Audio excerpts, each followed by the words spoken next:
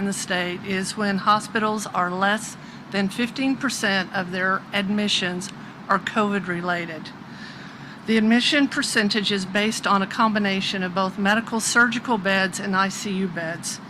As a hospital reaches the 15% COVID threshold and capacity for all other patients, the hospital will initiate internal surge plans and to be able to expand their capacity to full ability to take care of patients. This will depend upon the state's ability to help us with difficult to discharge patients, as Lieutenant Colonel Stacy has already articulated, and I know that they're already starting work on that. And when we say difficult to discharge patients, these are patients that no longer need acute care level care, but they lack resources within the community to be able to provide care at a more appropriate level. Hospitals will need to work with our academic providers to create additional staffing, as Matt has already alluded to. Tier level 2 is when our COVID admissions in hospitals get between 15 and 19% of total med-surg and ICU beds. Hospitals at that level will continue to implement internal surge plans. We will also rely upon Medical Reserve Corps to help with our staffing, and then we will also be tapping our post-acute and specialty partners to help normalize our patient flow. Once again, this is based upon region. So when the capacity no longer exists within the region, the patient will be transferred to the next region that can provide appropriate care. Tier 3 is when our COVID admissions in hospitals are over 20% of existing med-surg and ICU beds. Selective surgeries will be eliminated. We will change staffing ratios to accommodate the higher patient demand, and our lower acuity patients will be transferred out of acute care to a more appropriate setting to create capacity for patients in need.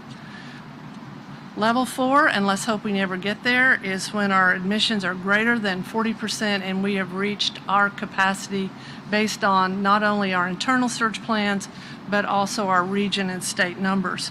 In that case, surgeries will be limited to only emergency cases, and at that time, unfortunately, we would be having to consider resource management tools to manage the demands on the hospitals. Let me make this very clear that this plan only works with optimal cooperation, not only from our state agencies, but our hospitals, along with nursing homes, long-term acute care, rehab hospitals, and specialty hospitals. And it will also take you as our citizens to make this work as well. Your part is to wear a mask, get a flu shot, practice social distancing, and washing your hands. Truly, these are the only tools that we have today to prevent spread, and we are counting on all of the citizens of Oklahoma to do their part so that we do not overwhelm our system. On behalf of the exceptional caregivers that are providing this care, we plead with you to please take this seriously. Thank you.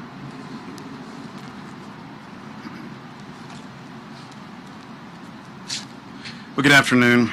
On behalf of Mercy Hospital, I want to welcome you to our campus. I also want to recognize Tim Pearson with Integris Health and Chuck Spicer with OU Medicine. They've been great partners with Mercy and the other health systems around our state.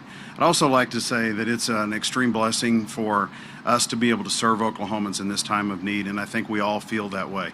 And so the level of cooperation. Patty, thank you, and Governor Stitt, thank you. Commissioner Frye, for being here and for supporting the hospitals in this effort.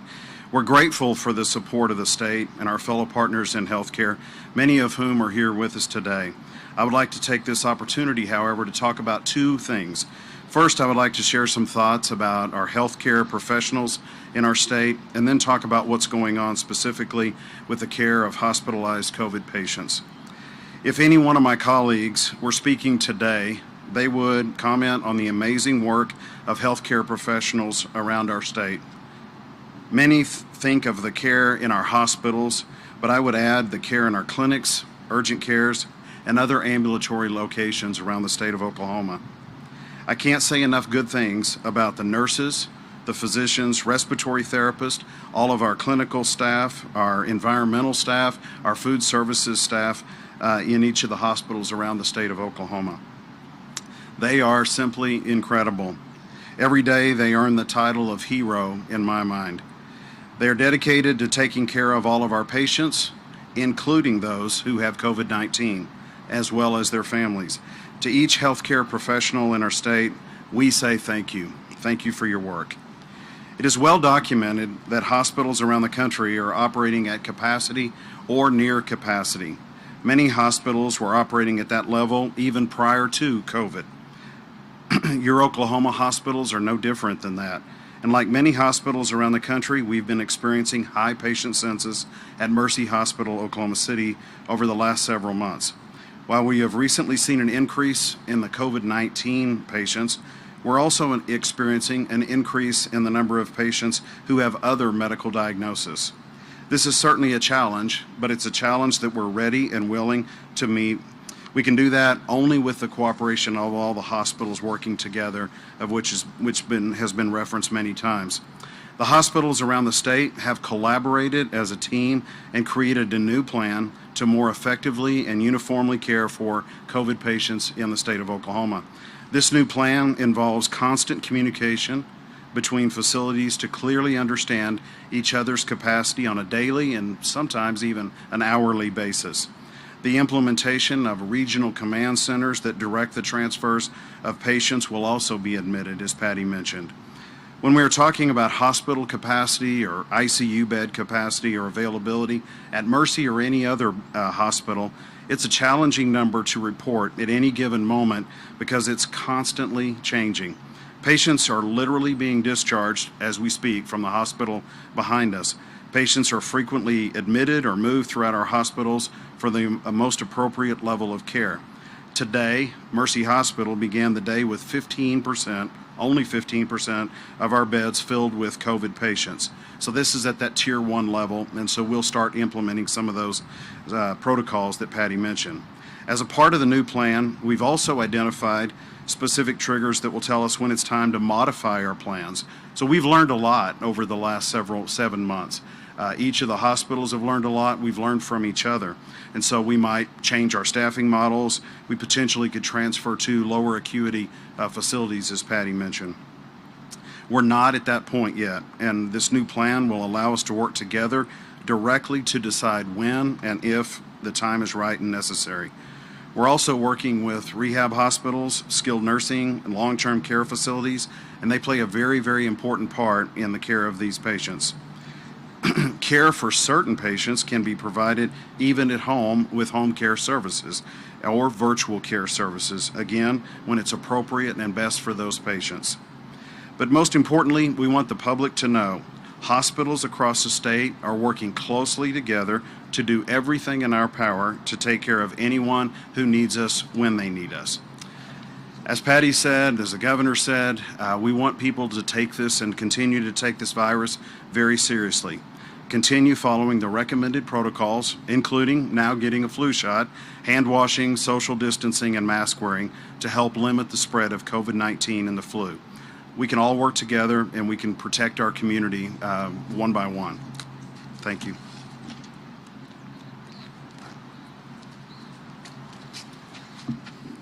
Thank you, Jim. I want to thank everyone for their partnership on this. I think it's so important that we continue to work together to keep Oklahomans healthy. About 100,000 Oklahomans have now recovered from COVID-19. About 100,000. Like Dr. Frye said, there's about 14,000 that are within a 14-day period that are still fighting COVID. I want to remind those 100,000 that we really need you to give plasma. This morning I was at OBI, the Oklahoma Blood Institute, and met a lady named Tammy. And Tammy had received plasma. She got sick with COVID, received plasma from Representative Lowe, and it was just great, the connection. I'm proud to report that she recovered, but it's so important that we encourage Oklahomans that have recovered, and it's about 100,000, to continue to give plasma to help out our neighbors in need. You can find out more how to donate at obi.org, www.obi.org, or call 888-308-3924. With that, I'll open it up for questions for any of the folks up here.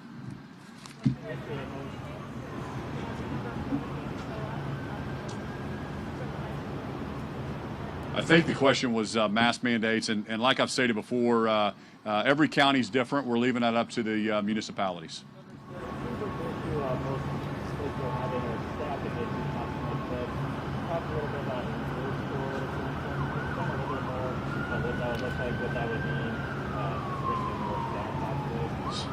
I think the question was staffing issues.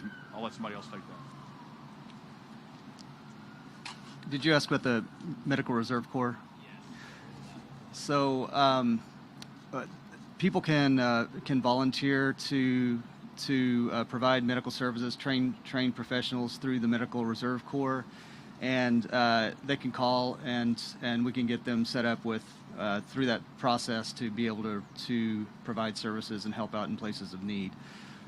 We're also working with the hospitals. They are talking about really innovative ways to look at staffing in order to move forward to ensure that they have enough staffing to fulfill the needs. Licensing agency for reserve staffing? We did early in the response underneath the catastrophic health emergency that was proclaimed. But we're in discussions again with hospitals about lists of things that they might need us to help them with, or the governor to help them with through this process, and that is one of those things. I have a couple of clarifications on the surge plan. So it's based on what percentage of admissions are COVID admissions at each individual hospital, is that right? That's regionally, yes. If 15 to 19% of admissions are COVID over 3 days, then that would activate that tier for that region. That's correct. Have all the hospitals signed up to be a part of that? Have they all agreed, yes, we agree, we will do all these things? They've all been working with the Hospital Association and us. Yeah, go ahead, Patty. It's not every hospital, but Patty. Thank you for that question. And it's important to note we've put this together very quickly because we're seeing the escalating numbers. So literally tomorrow we will be in communication with our hospitals so they understand these triggers and thresholds. They've been very good before with the different plans to be participants in that. So we fully expect our hospitals to embrace these changes. Rotation of regions, you mentioned that at a certain point, patients, if their hospitals in one region are at capacity or at a certain level of capacity, rotated to another region. What does that process look like? Not actually rotated, I think that's your word, but let's just be clear that one of our challenges has been to understand where capacity exists. So this 15% threshold, the attempt is if we can better share data that all hospitals within a region will be sharing at the same level. And so we'll be spreading that out so their otherwise operations can continue. So we want to make sure that all the hospitals in the region get up to that 15%. Because what we don't want to see happen is one hospital has a lot of COVID, it's very disruptive to normal operations, where the hospital across town may have very little. So this is an opportunity for us to equalize within the region, to be less disruptive for patient flow if all possible. So literally, as a region fills up, we'll have to spill over into another region where capacity exists, and that's the basis of the plan. Regional command centers to manage that. Can you describe what their role will be and exactly what they do? So essentially, these regional each of the hospitals stood up command centers when we started facing the COVID challenge. And so essentially we'll have one regional command center for each region. That regional command center's job is to look at the capacity of each of the hospitals and to make sure we do balance, as what Patty said.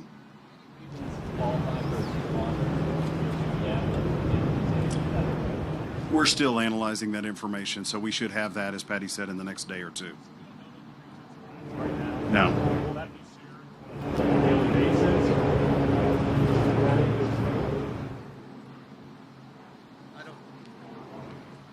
I don't have all that information with me today, but statewide, we've been under 15%. So, but yeah, we'll be updating that, and we look at that every day as well. But we'll be sharing that, working with them very closely. And again, it's not a one day. They're doing 3 days. If they have to stay in that level for 3 days. Are you using any CARES Act funding for this? Are you using any CARES Act funding for this new surge plan? Are we using CARES Act funding for the surge plan? CARES Act has been, funding has been very helpful throughout this whole process. We are not using the prior contracts, have not been re-engaged at this time. Are we considering any other measures to help reduce transmission of this infection in our population? Yes, we are still echoing to everyone that they need to do the 3 W's that you heard the governor talk about, and we are always looking at all cards are on the table every time we have conversations about it. I have a question about unemployment. So today, OESC announced that the work search requirements will be reinstated, or actually they will, the executive order waiving work search requirements for unemployment will be waived at the end of this month. Could you kind of talk about that? Are you considering an extension for unemployment payments? So they don't have to. Well, we're working with our federal delegation on all the stimulus package and what other federal dollars are going to be coming into our state. But if you saw that, unemployment data got released for September, and Oklahoma was top 9 in the country, 5.3%. So it shows that Oklahomans are back to work, and we have less people applying for unemployment right now. So we're obviously trying to get those folks back into the workforce and take advantage of every federal dollar we can. But right now, the normal process is in place to help Oklahomans, that those 5.3% that are unemployed. Governor, what's the timeline for the hospital surge plan if the hospitals haven't formally signed on yet, and you guys can't tell us what each region is at right now? I mean, how long does this take to get implemented? Well, I think the important thing to remember, they're working together very hard to get this surge plan out. Less than 15% of hospitals in Oklahoma, this is something Oklahomans need to understand, less than 15% are COVID patients, and they've got a plan in place that if it goes between 15 to 19, they'll enact phase 2 and so on. So we have the capacity in Oklahoma. Anytime that we need to, we could issue some of the executive orders that we did in March that limited elective surgeries to create tremendous capacity. But we're going to let the hospitals, we don't want to mandate those kind of things to the hospitals. So that's why the hospitals are doing a fantastic job of putting these plans together to work across the entire state to make sure that every part of the state has capacity. There's not one hospital that's overloaded, as Patty said. But the important thing for Oklahoma to understand is we have capacity to treat COVID and non-COVID patients. We're under 15% of COVID patients in the hospital, and we have plans in place if that number continues to rise. Do you have any estimates of, for each tier, how many patients would have to be in the hospital for us to exceed 15% and go into tier 2, and then exceed that and go into tier 3, and then, worst case scenario be tier 4? Yeah, sure. So about 5,000. I'll let Patty. You want to address the exact numbers? So to quantify these percentages, because I think that is an important question to ask, if we're talking less than 15%, our threshold at less than 15% is 851 patients in the hospital with COVID. The 15 to 19% trigger will mean up to 1,078 patients would be COVID or PUI, which are persons under investigation for COVID. Level 3 would mean up to 1,135 COVID positive patients or PUI. So I think that gives you a range for understanding where we are today. And as Dr. Frye mentioned, the health department does keep track of capacity by region, and I'm sure that he can be providing that to you. Aren't the tiers, isn't it if one of the regions hits a certain tier, how many COVID patients do we have to have in the hospital in the Oklahoma City region to hit the first or the second tier? Well, that would depend. They would all have to be at 15% COVID to hit the second tier. All the hospitals within the region, and as they spill into the other region, for transferring patients, that other region would come up as a result as well. So we have to have the ability that once we are at capacity, that we can send that patient to the most appropriate facility that can provide the care outside of the region. We have to get the governor to another event. We've got Frye here and then other questions. Anybody have anything else? Anybody else?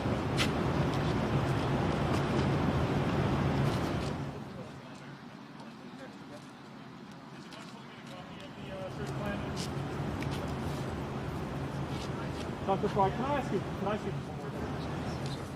First, I'll address your question about the copy of the surge plan. We will be publishing that when it's final on the Oklahoma State Department of Health website, where we publish the other surge plans. So, Guys, I guess you don't have a number, but what percentage each region is at right now? Will you be releasing? So we do calculate that. I just don't have that information with me. We usually do a 7-day rolling average, and we're in the process of, we've met with the hospital association and the hospital CEOs every day for the last week and a half, and it takes a while to really analyze everything. They did another survey throughout the state to find out, try to modify, like, what are our real capacity numbers that we can get to now based off of where what's going on in the state at this time. It just takes a while to get all that together and to work through it, but we'll have that out in the correct format as soon as possible. That'll be made public what each region is at any Yes. given time. Okay. Yes.